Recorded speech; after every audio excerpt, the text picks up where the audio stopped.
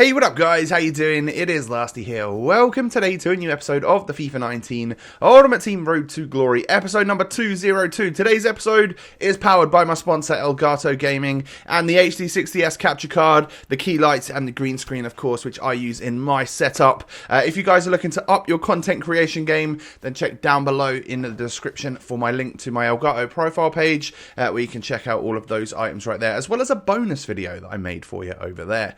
So getting on into today's episode then, we need to complete this Milinkovic Savic. So by the time you're watching this, yes, I know that he will have expired, but this was recorded on like Thursday afternoon, after I'd done my rewards in the morning, which was yesterday's video. We then moved on to completing this. So I had a little bit of an idea that I would switch it around. So I used to play it like this with Perisic as the wide cam, but I'm switching it up so that maybe he goes like central cam or striker, and then like the pacey people out wide. Because what I was realizing is that actually I wasn't really scoring any headers.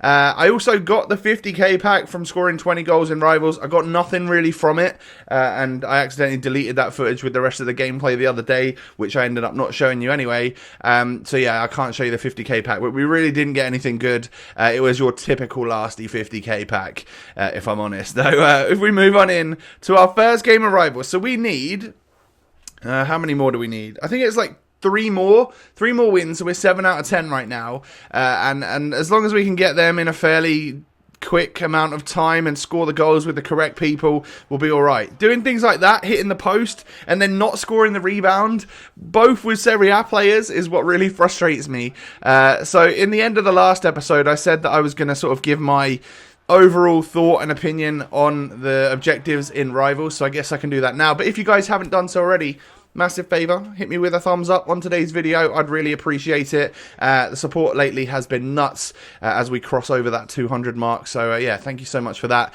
And as well, in the background, as long as the edit's going all right, I should have the best bits from episode 100 to 200 at some point in the next few days, hopefully, as like a second upload, I would imagine. So yeah, but my thoughts on the overall like division Rivals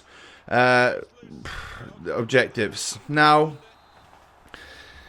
I'm like, all I think is that it's a little bit too much. I think they've gone a step too far. You could definitely argue that the online singles ones may be like not quite hard enough, because obviously there's a lot more of a opportunity for people to, well, like a lot of people rage quit more because it's just online singles. You can go into another one. A lot of people do that stupid nap type glitch, which is probably one of the reasons why we're in Rivals right now instead of online singles. I would imagine anyway. I don't know that.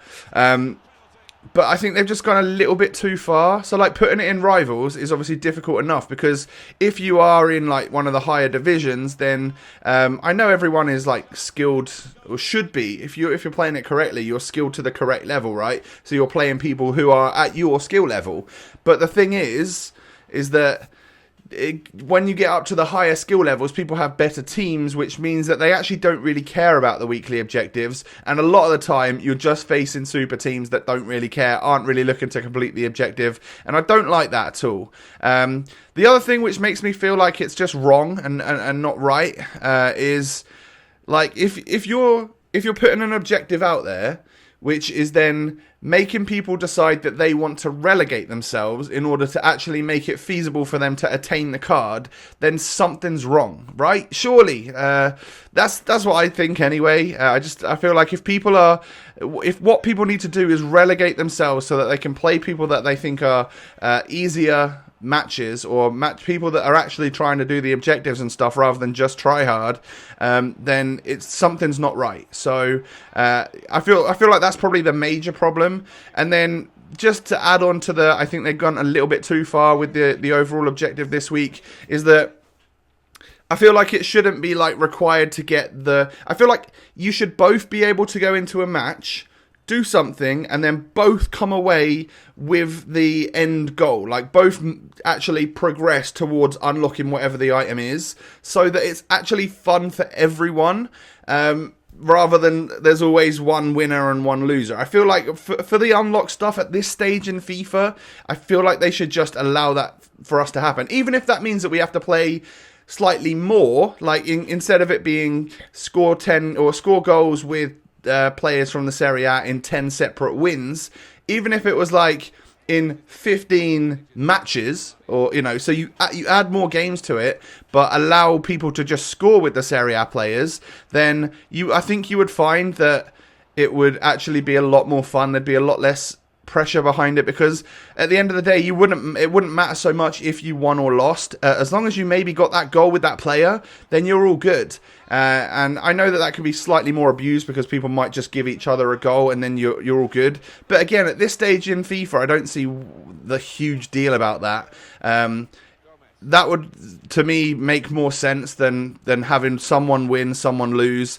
And in Rivals, you can literally both lose. So if you get a draw, then both of you lose out on the opportunity to get one extra little notch on your objectives done, which I just, again, don't agree with. So those are my negative things towards this objective. The positives are that Milinkovic Savic does look like a usable card. He is someone which is maybe not like fully up to like the top tier meta for like the higher ranked players and stuff on this game.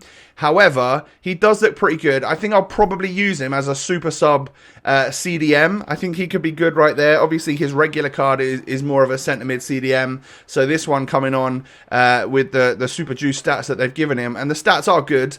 Yeah, he might feel a bit like a tank because he's got terrible agility and balance, but he should be a complete brute and hopefully be decent and hopefully be worth it. Because at the moment, it's sort of coming out that it's not really worth it, worth the stress anyway.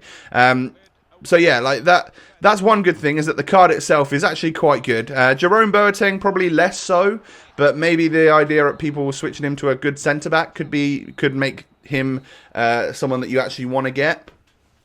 And then 2, by playing it in Rivals, obviously the connection is a little bit more stable, and actually you can't get the people doing the stupid nap type glitch, which is cheating, right? So I'm a big fan of that, but I prefer the more casual side of it in online singles. And I would actually, with how this has gone this week, I would much rather have it been in online singles and have people cheat against me because of the normal casual nature. You could unlock this Milinkovic Savic by using silver Serie A players. I personally would have preferred that than to go into Rivals and do it in this very, very sweaty way. But anyway, I don't want this to come across super, super negative, but I also want to give my feedback and an opinion on this overall objective itself. Like I don't necessarily like it, so I feel like it should be at least known, So I have a loan Ronaldo, which you get in the catalogue for 3 games. 2 of the games I literally rage quit because that was at the end of the last session where I was in a really bad place, just raging all over the show. So he didn't get a goal or an assist in those games. And then for some reason, with 1 win left to get, this is my hopefully final game, I decided, we'll bring Ronaldo on. I saw my opponent's team and was like, maybe if I'm a bit of a better player than him, I can out-team him as well. So we would actually be all right.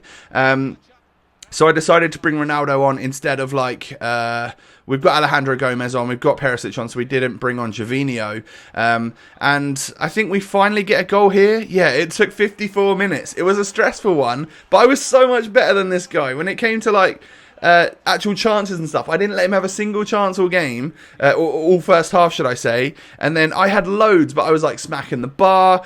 Goalkeeper was having a worldie and stuff. So when I finally scored, there was a lot of relief because I actually scored with a Serie A player as well, which was useful. And then very soon afterwards, we were able to just score another one with Mbappe to double the lead to help, shore things up a little bit. And eventually we did win 2-0, and it was more relief than satisfaction at the end of it, which I guess is another thing to go on the negative board, is that this felt like a chore and felt like absolute relief at the end of it, as opposed to the satisfaction of getting something. So I think if there were more challenges like this in the future, I would probably steer away from them, just because I don't like that, unless it was a great card. Most of it is just FOMO for me, like fear of missing out on getting something.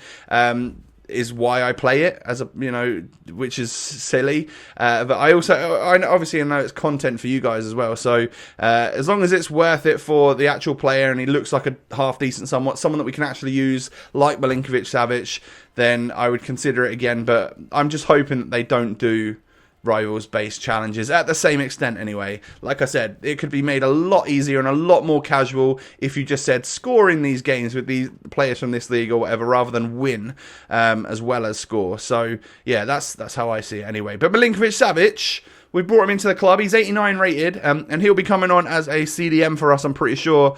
He looks kind of nuts. Lots of good stats in lots of good areas. His crossing is down, his agility and balance are down, and his aggression isn't very high. But maybe with the right chemistry style, we can get at least the defending and physical up to nearly max, and then maybe a little bit of pace as well, because I don't think we're going to do much about him feeling clunky with his agility and balance. It's just too low.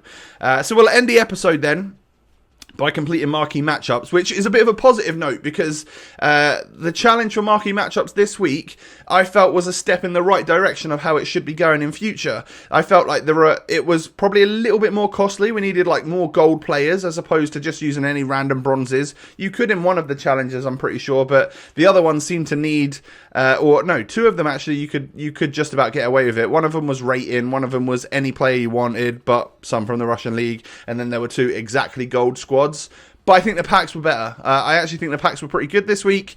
It was like small rare gold players pack, or yeah, small rare players pack, so like a half of a 50k pack, prime gold players pack, rare electrum players pack, or prime electrum, or whatever it was. I genuinely thought it was pretty good. So props to EA on marquee matchups this week. That was a little bit more in the step of the right direction, how I think it should go in future. Packs wise though, we didn't really get a whole lot. It's just, you know, that's the way it goes. My pack luck lately, apart from getting an Ericsson the other day, has actually been relatively poor. We do get boards in one of the packs, and it is Brazilian right winger. I thought it was going to be Chelsea, but I was wrong. It was Barca, which means it's Malcolm, 83 overall, good pace and dribbling, but I'm never going to use him. He'll be a solid one for an SBC down the line. And then a couple of silvers. Like I always, if I notice that they've got a league SBC, I try and sell them, but I've got a bunch at the moment, which I do need to offload. Another board then in our second to final pack, and we get an 84, which is Raul Albiol, someone which always goes up a lot in price, so I'll keep him for now, but I'll either use him when an SBC comes around that's useful, or I'll sell him when his price is at a high.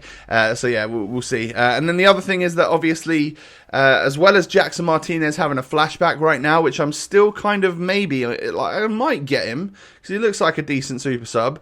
Leon Bailey's got one, and he was like a Hall of Famer from last year's Road to Glory, and he's got a Europa League card, which looks awesome. So I don't know if that price comes down to a reasonable level. I may get him as well. I'm not too sure. Maybe I'll just hold off of both of them and be sensible, keep my coin balance. I'm sure that would please most of you out there, but I do like an SBC. I do get drawn into an SBC quite a lot of the time, but maybe we should be saving our coins up so that we can do the other part of an icon SBC perhaps, now that we've got Christian Vieri to submit at some point in time. But yeah guys, that's going to wrap things up for today's episode. Do me a favour, hit that thumbs up button. I hope it hasn't been too negative. I just wanted to like share my actual overall opinion on what those sort of Rivals Weekly objectives are like. I don't know, they could be better in my opinion. That's all I wanted to get across. But I hope you guys have enjoyed. Follow the Twitter, follow the Insta, subscribe to the channel. Most importantly, have a lovely day, and I will catch you next time. Peace.